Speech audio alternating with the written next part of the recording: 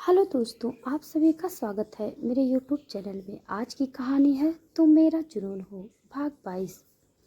सना जल्दी से भागते हुए अपनी कार के पास जाकर रुकी।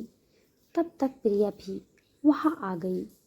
कार के पास रुकते हुए प्रिया ने सांस ली और कहा, यार सना, तुम काफ़ी ब्रेव हो।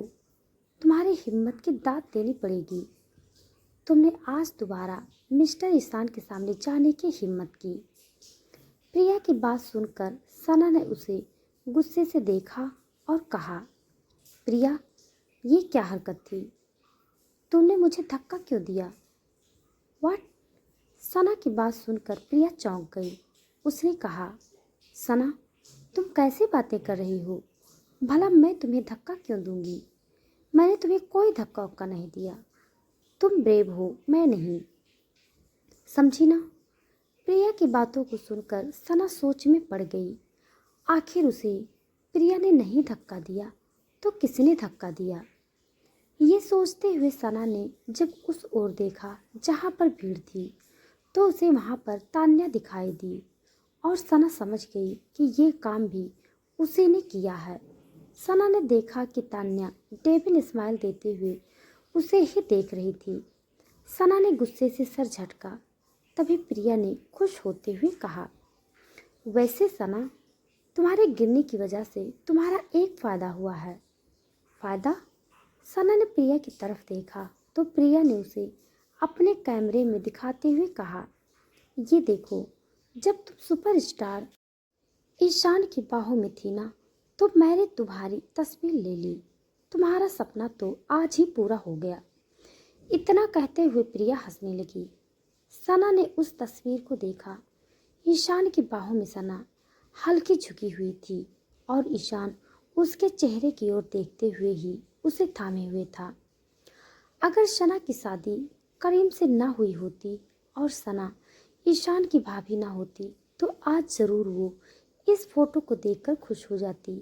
लेकिन अब सना जानती थी कि करीम उसका पति था और शादीशुदा होने के नाते वो इस तरह से दूसरे आदमी की बाहों में नहीं रह सकती। सना को इस तस्वीर को देखकर अजीब लगा। उसने प्रिया से कहा, प्रिया, तुमने फ़ोटो क्यों ली? मैंने ही नहीं, सबने ली है ये फ़ोटो। प्रिया ने अपने कैमरे को बंद करते हुए कहा। तो सना को याद आया कि वहाँ भीड़ बहुत थी और फैंस ने भी बहुत सारी फ़ोटोज क्लिक की होगी।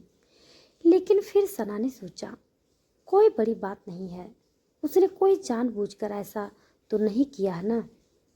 इस बारे में सोचते हुए सना ने सर हिलाया और प्रिया के साथ वहाँ से चली गई। प्रिया और सना ने दिन भर में बहुत सारे न्यूज़ को कवर किया।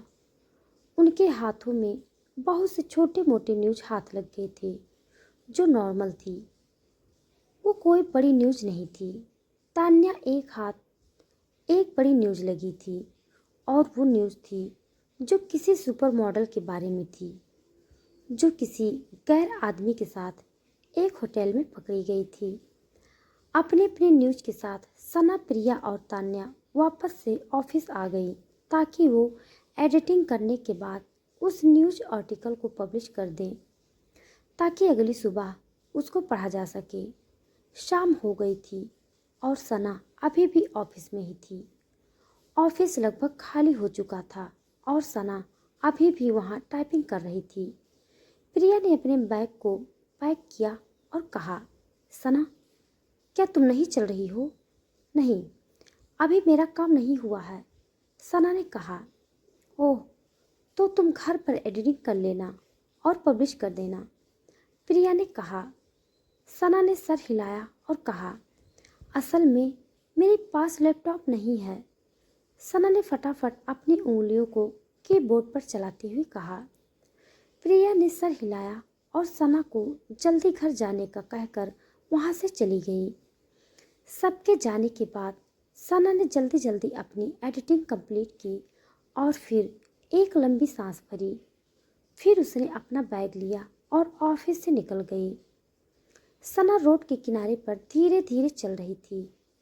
उसे घर जाने की कोई जल्दी नहीं थी। न उसकी लाइफ में कोई था जिसके लिए वो घर जल्दी जाना चाहे। सना भी रोड के किनारे चल ही रही थी कि उसका फ़ोन बजा। सना ने देखा ये उसके पिता का फ़ोन था। बेमन से सना ने फ़ोन उठा लिया। उधर से सना के पिता की गंभीर आवाज़ आई, सना, कहाँ हो तुम? डैड, मैं अपने काम पर हूँ, सना ने बताया। मैं नहीं जानता कि तुम क्या काम करती हो। फिलहाल तुम घर वापस आओ, मैं भी तुमसे मिलना चाहता हूँ, सना के पिता ने सख्त होते हुए कहा। लेकिन डैड, सना ने कुछ कहना चाहा तो उसके पिता ने डांटते हुए कहा, सना, कब से तुम इतनी बदतमीज हो गई हो? तुमसे जितना कहा है उतना करो। सना ने सर हिलाया और कहा, ठीक है डैड। अपनी बात कहकर सना ने कॉल डिस्कनेक्ट कर दिया और गुप्ता मेंशन जाने के लिए उसने ऑटो लिया। कुछ देर बाद सना गुप्ता मेंशन के बाहर खड़ी थी। गुप्ता मेंशन को देखकर उसे याद आया कि ये वही जगह थी जहाँ उसने अपना बचपन बिताया था। सना चलकर अंदर जाने लगी और जैसे ही वो अंदर जाने वाली ही थी, उसने देखा कि साहिब अंदर से बाहर की ओर आ रहा था। सना भी जगह पर रुक गई। उसकी धड़कन एक बार को रुक गई। आखिर उसके सामने उसका पहला प्यार साहिब अनेजा खड़ा था। साहिब की नज़रें भी सना पर थी और वो सना को देखकर मुस्कुराने लगा और कहा, हाय सना। हाय, सना ने भी हल्की स्माइल के साथ कहा। साहिब ने उसकी तरफ देखा और पूछा, माफ़ करना, उस दिन के बाद मैं तुमसे मिल नहीं पाया। असल में मैं तुम्हें कुछ समझाना चाहता हूँ। बात ऐसी है कि साहिब आगे कुछ कह पाता उससे पहले ही सना ने हाथ हवा में करके उसे कुछ कहने से रोका और व्यंग से कहा, असल में मैं समझती हूँ, ज़रूर तुम्हारी या तुम्हारे परिवार की कोई मजबूरी रही होगी, इसीलिए ही तुमने मुझे धोखा दिया। और तो और तुमने सारिका के साथ सोने का भी फैसला किया। खैर, मुझे अब इससे फ़र्क नहीं पड़ता क्योंकि मेरी शादी हो चुकी है और मैं बहुत खुश हूँ अपने पति के साथ। साहिब की आंखें छोटी हो गई और फिर साहिब ने सना से पूछा, कौन है तुम्हारा पति? साहिब आगे कुछ कह पाता उससे पहले ही सना ने हाथ हवा में करके उसे कुछ कहने से रोका और व्यंग से कहा, असल में मैं तुम्हारी मजबूरी समझती हूँ। तुम्हारे परिवार की कोई मजबूरी रही होगी, इसीलिए तुमने मुझे धोखा दिया। और तो और तुमने सारिका के साथ सोने का भी फैसला किया है। खैर, मुझे अब इससे फ़र्क नहीं पड़ता क्योंकि मेरी शादी हो चुकी है और मैं खुश हूँ अपने पति के साथ। साहिब की आंखें छोटी हो गई और फिर साहिब ने सना से पूछा, कौन है तुम्हारा पति? जब साहिब ने सना की बात सुनी तो उसे अपने दिल में तकलीफ हुई। सच तो ये था कि साहिब सच में सना को चाहता था, लेकिन गुप्ता परिवार के साथ बिजनेस में फ़ायदा पाने के लिए अपने परिवार के फोर्स करने पर उसने सारिका के साथ रिलेशन बना लिए और अब उसे इस बात का थोड़ा पछतावा भी हो रहा था। वो जानना चाहता था कि आखिर सना ने किससे शादी की है, कहीं उसने कोई गलती तो नहीं कर दी ना। वही सना ने उसकी बात सुनी और व्यंग से हंसते हुए कहा, क्या तुम ये जानना चाहते हो कि तुम्हारे छोड़ देने के बाद कहीं मैंने किसी गरीब से शादी तो नहीं कर ली है? चिंता मत करो, मेरा पति दुनिया का सबसे बेस्ट हस्बैंड है।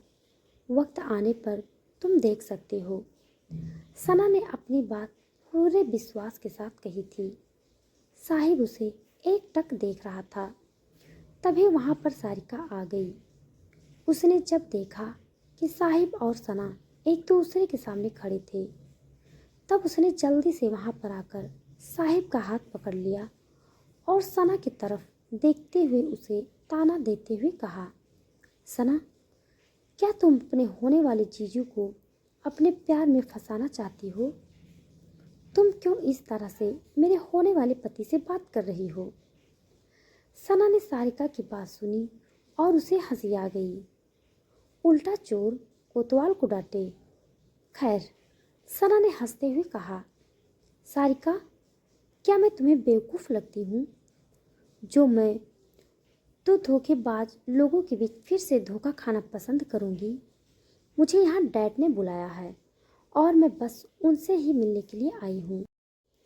इतना कहकर सना वहाँ से अंदर चली गई, जबकि सारिका ने गुस्से से दांत पीसे और कहा, ये लड़की घर से जाने के बाद और भी ज़्यादा बदतमीज हो गई है।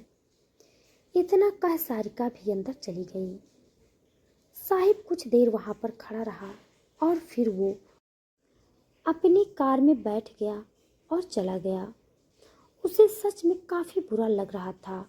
वो अब बेताबी से जानना चाहता था कि वो लकी इंसान कौन था जिसे सना जैसी बीवी मिली थी। सना जब घर के अंदर आई तो उसने देखा उसके डैड और उसकी सौतेली माँ हॉल में बैठे थे। सना को देखते ही सौतेली माँ की भौहें तन गई। तभी उसके डैड ने कहा, तो तुम आ गई? सना ने सर हिलाया और कहा, क्या बात है डैड, आपने मुझे क्यों बुलाया? सना के डैड ने कहा, बात ऐसी है कि हम चाहते हैं कि तुम साहिब के छोटे भाई से शादी कर लो। व्हाट? सना एकदम से चौंक गई। सना के डैड ने उसकी तरफ देखा और गुस्से से कहा, क्या व्हाट?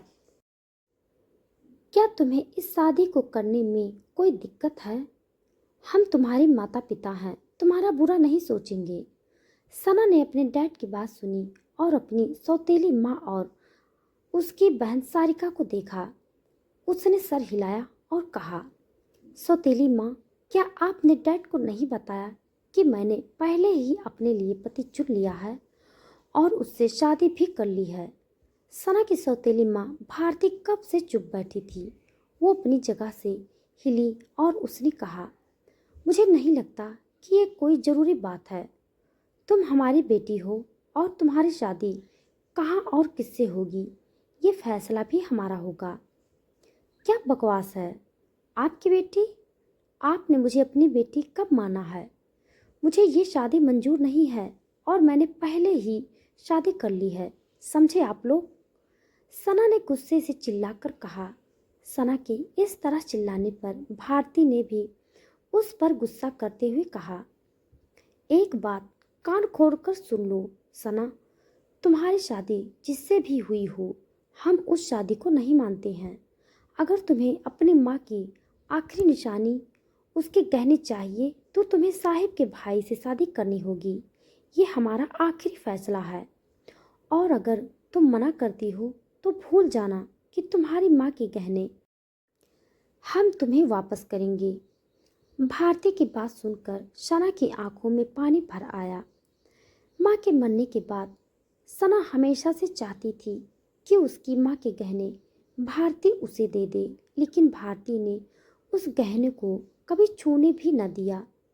वो गहने दूसरों के लिए सिर्फ गहने हो सकते थे, लेकिन सना के लिए वो उसकी माँ का आशीर्वाद था।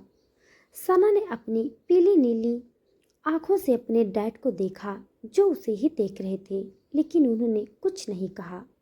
सारिका वहाँ खड़ी मुस्कुरा रही थी। सना को काफ़ी बुरा लग रहा था। भला जब वो पहले ही शादी कर चुकी थी तो दूसरी शादी कैसे कर सकती थी? सना ने सर हिलाया और बिना कुछ कहे गुप्ता मेंशन से वापस ब्लू मून विला निकल गई। जब सना मेंशन पहुंची तब एमिली ने उसका स्वागत किया और मुस्कुराते हुए कहा, मैडम, आप आ गई? हाँ, सना ने सर हिलाया और जाकर चुपचाप काउच पर बैठ गई। उसने आसपास देखा और समझ गई कि करीम अब तक घर नहीं आया था। एमिली ने सना को लाकर पानी का गिलास दिया और उसके पास खड़ी हो गई।